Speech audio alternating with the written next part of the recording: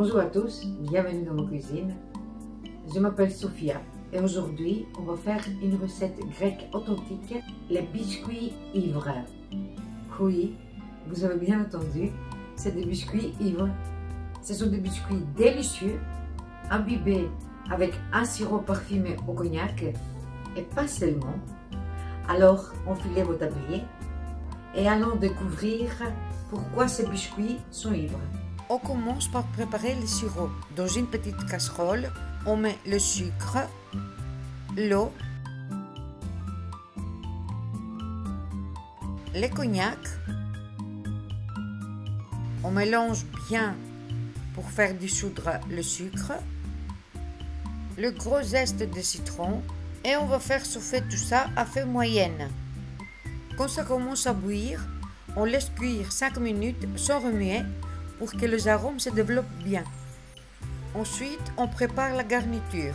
Prenez la confiture et ajoutez les noix broyées légèrement, pas trop finement, on veut des morceaux un peu grossiers. Ajoutez une demi-cuillère à café de cannelle, 2-3 pincées de clous de girofle moulus et puis vous les mélangez très bien. C'est ça qui va donner tous les parfums à nos biscuits. Passons maintenant à la pâte. On ajoute la levure chimique dans la farine et on mélange bien. Dans un grand bol, versez l'huile de tournesol, la bière, le jus d'orange et les zestes d'orange et mélangez pour bien incorporer.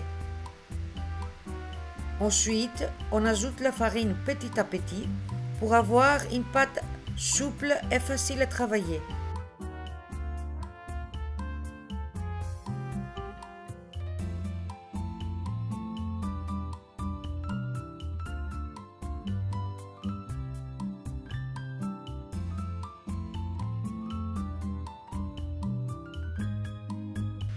Pour façonner le biscuit, prenez une petite portion de pâte environ de 40 grammes, formez une boule, aplatissez-la, mettez un peu de garniture aux noix au centre, refermez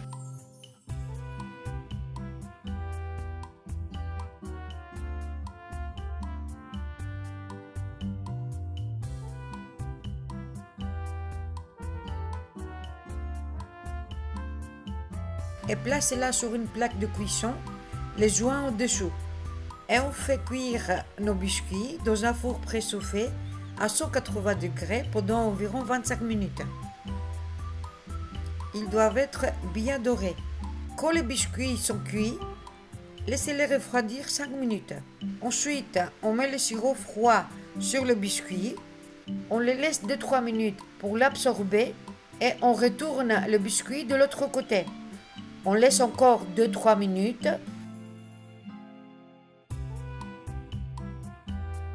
Et nous les laissons égoutter. Et pour finir, nous allons enrober 5 biscuits de noix de coco râpées. Et voilà, le biscuit ivre prêt à être dégusté. Voilà, comme vous voyez, nos biscuits sont prêts.